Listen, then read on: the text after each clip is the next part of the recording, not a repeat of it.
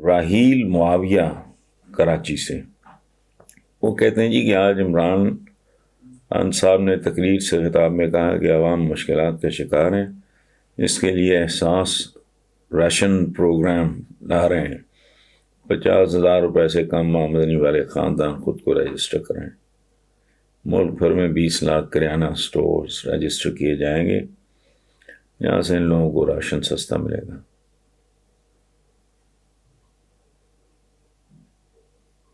تو محمد راحیل صاحب اس پہ مجھ سے کیا، میں نے جب ہوش سنبھالا تو اس ملک میں اس وقت باقاعدہ راشننگ کے لیے ڈپوز ہوتے تھے۔ اچھا، اس کا بھی کام جو کسی کو راشن ڈپو ملتا تھا وہ بھی بطور رشوت کے ملتا تھا، اور پھر وہ بڑے بڑے معزز لوگ بلیکیے مشہور ہوئے، انہوں نے وہ راشن ڈپوز وغیرہ لیے اور وہاں بلیک شلیک کرتے رہے، جو بھی کرتے رہے اچھے خاصے۔ ہمارے لائل پور میں میرے والد سے ملنے آیا کرتے تھے، ایک صاحب تھے حاجی صاحب کہتے تھے، ان کا کپڑے کا کوئی کاروبار تھا، اس کے بعد انہوں نے بھی کوئی مختلف ناموں پہ کوئی ادھر ادھر کر کے تو انہوں نے ڈپوز وغیرہ لے لیے تھے، اور میرے دیکھتے دیکھتے میں early days of my school کی جو ابتدائی جماعتوں میں کو 6ٹھی 7ویں 8ویں کی بات ہوگی تو حاجی بلیکیاں مشہور ہو گئے تھے وہ صاحب، تو ان کی ڈیتھ کو بھی پتہ نہیں 40 سال 50 سال 40 سال ہو گئے۔ تو یہ کہانی ہے ہماری، اس میں بس ٹھیک ہے یہ جو آپ نے، میں ٹی وی چونکہ دیکھتا نہیں، کل میں اخباروں میں دیکھ لوں گا۔ تو باقی آپ اینڈ پہ آپ کا آخری جملہ ہے کیسی حکومت ہے یہ، تو جیسی ہے آپ کے سامنے۔ السلام علیکم ویورز، آج کے کالم کا عنوان ہے آہنی ہاتھوں سے ہنائی ہاتھوں تک۔ ہمارا اجتماعی مزاج ہی کچھ ایسا ہے کہ جب تک انتہا کی بھی انتہا نہ ہو جائے، مرض آخری مرحلہ تک نہ پہنچ جائے، سیلاب سر کے اوپر سے نہ گزر جائے، ہم لوگ ریئیکٹ نہیں کرتے، حالانکہ نپ دا ایول ان دا بڈ والا محاورہ بچپن سے ہی سن رکھا ہوتا ہے، اور اس کا تازہ اور زندہ ترین ثبوت ہے دہشت گردی۔ جب تک ہزاروں لوگ مر نہیں گئے کوئی ریئیکشن نہیں آیا۔ اچھا، دوسرا ثبوت ہے آبادی کا ایٹم بام ہے، یہ تباہی ہے۔ میرے یہ لفظ یاد رکھیں، میں پچھلے کئی سالوں سے کلپ رہا ہوں کہ بڑھتی ہوئی بے لگام بڑھتی ہوئی غیر متوازن آبادی، آپ سے 24-25 کروڑ سنبھالا نہیں جا رہا،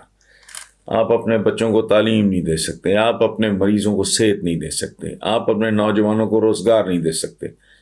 اور بندگان خدا مالتھس کی تھیوری آف پاپولیشن کے مطابق اگر یہ آبادی کل 30-35 کروڑ پہ جب پہنچے گی تو بندہ بندے کو نہیں کھائے گا تو کیا ہوگا، اور یہ کام آلریڈی شروع ہو چکا ہے۔ اچھا، بہرحال میں کالم سے ذرا باہر نکل گیا۔ تو یہ ہم لوگ جب تک تباہی مچ نہیں جاتی اس وقت نہیں، جب پیاس سے مرنے لگتے ہیں پھر خیال آتا ہے کنواں کھودنا چاہیے۔ اچھا، تو سانپوں کے نکل جانے پہ لکیریں پیٹنے کا رواج موجود ہے، اور اللہ جانے کب تک موجود رہے گا۔ حیرت ہے کہ اتنا کچھ ہو جانے کے بعد ہمارے لیڈران آج وہ کہہ رہے ہیں جو اشروں پہلے رابرٹ کینیڈی نے کہا تھا۔ رابرٹ کینیڈی نے کیا کہا تھا؟ A sniper is only a coward, not a hero, and an uncontrolled and uncontrollable mob is only the voice of madness, not the voice of the people. مشتعل ہجوم یعنی جو ہے، اس نے یہ کہا تھا کہ مشتعل ہجوم پاگل پن کی نمائندگی کرتے ہیں، عوام کی نہیں۔ بہرحال ہمارے حکمرانوں کو آج تک یہ سادہ سی بات بھی سمجھ نہیں آئی کہ مشتعل ہجوم عوام کی نہیں، پاگل پن کی آواز اور نمائندگی کرتے ہیں، اس لیے ہمارے حکمران پاگل ہجوموں کے ہاتھوں بلیک میل ہوتے ہوتے یہاں تک آ پہنچے کہ جن چند پاگلوں، جنونیوں اور بلیک میلروں کا ہجوم جب دل چاہتا ہے وہ سرعام آئین اور قانون کی دھجیاں بکھیر کر اس پہ فخر بھی کرتے ہیں، اور نوبت یہاں تک پہنچ جاتی ہے کہ ریاست کی سیاسی اور عسکری قیادتوں کو اکٹھا ہو کے بیک زبان یہ اعلان کرنا پڑتا ہے کہ ہجوم کو قانون ہاتھ میں نہیں لینے دیں گے۔ سیالکوٹ جیسے واقعات ناقابل برداشت ہیں، بڑی دیر کی مہرباں آتے آتے، لیکن چلو دیر آئے درست آئے، اور پھر ریاست کی سیاسی اور عسکری قیادتوں کے نقش قدم پہ چلتے ہوئے سانحہ سیالکوٹ پر ماشاءاللہ چشم بدور ہمارے تمام مسالک کے علماء بھی مذمت میں یک زبان ہو کے ہمیں بتا رہے ہیں کہ یہ واقعہ قرآن و سنت، آئین و قانون، جمہوریت اور پیغام پاکستان کی صریح خلاف ورزی اور ذمہ داران سخت ترین سزا کا مستحق ہے۔ کاش یہ اتنی ہی وضاحت اور طاقت سے بہت پہلے کیا ہوتا تو شاید یہ نوبتیں نہ آتیں۔ بہرحال قوم کو مبارک ہو، اور خدا کرے یہ ناقابل فراموش سانحہ ہماری تاریخ میں ٹرننگ پوائنٹ ثابت ہو، لیکن یہ صرف اور صرف اس صورت میں ممکن ہوگا کہ ہم اسے ہمیشہ یاد رکھیں اور اس کے ایک ایک لفظ کو جزو ایمان سمجھ کے اس کے ایک ایک لفظ پہ تن من دھن سے عمل بھی کریں، اور ہر قسم کی بلیک میلنگ کو جڑوں سے اکھاڑ پھینکا جائے کہ یہ لرزاں و ترساں کمزور ریاست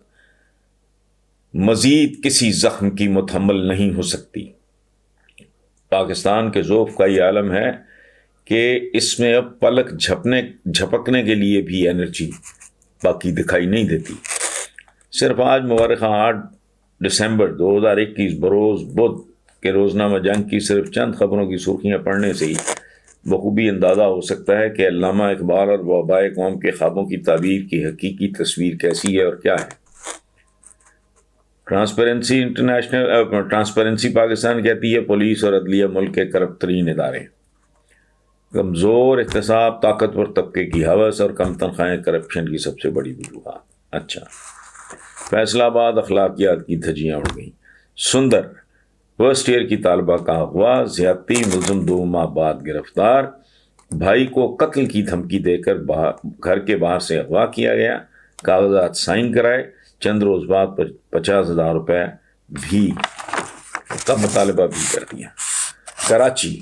ماشاءاللہ، کچرا چننے والی خواتین پر شہریوں کا تشدد،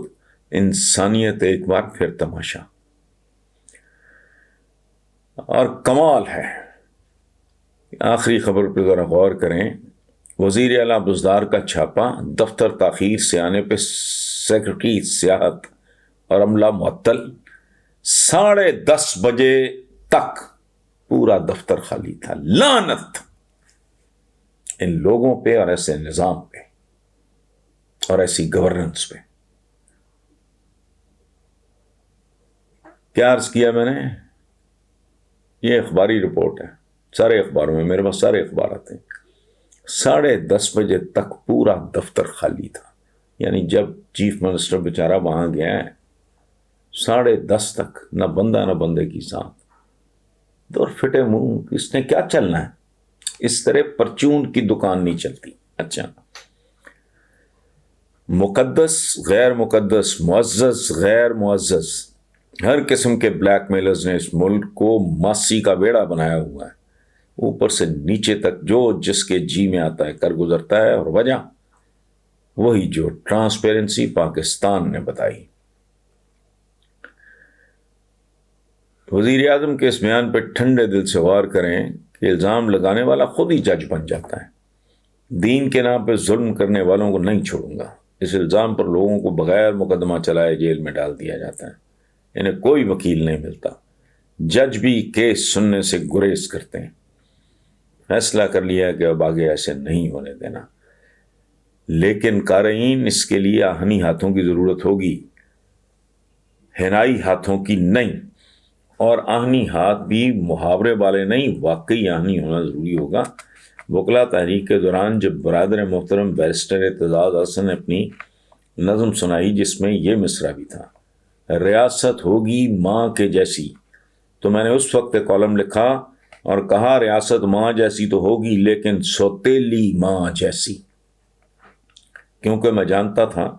کہ ریاست کو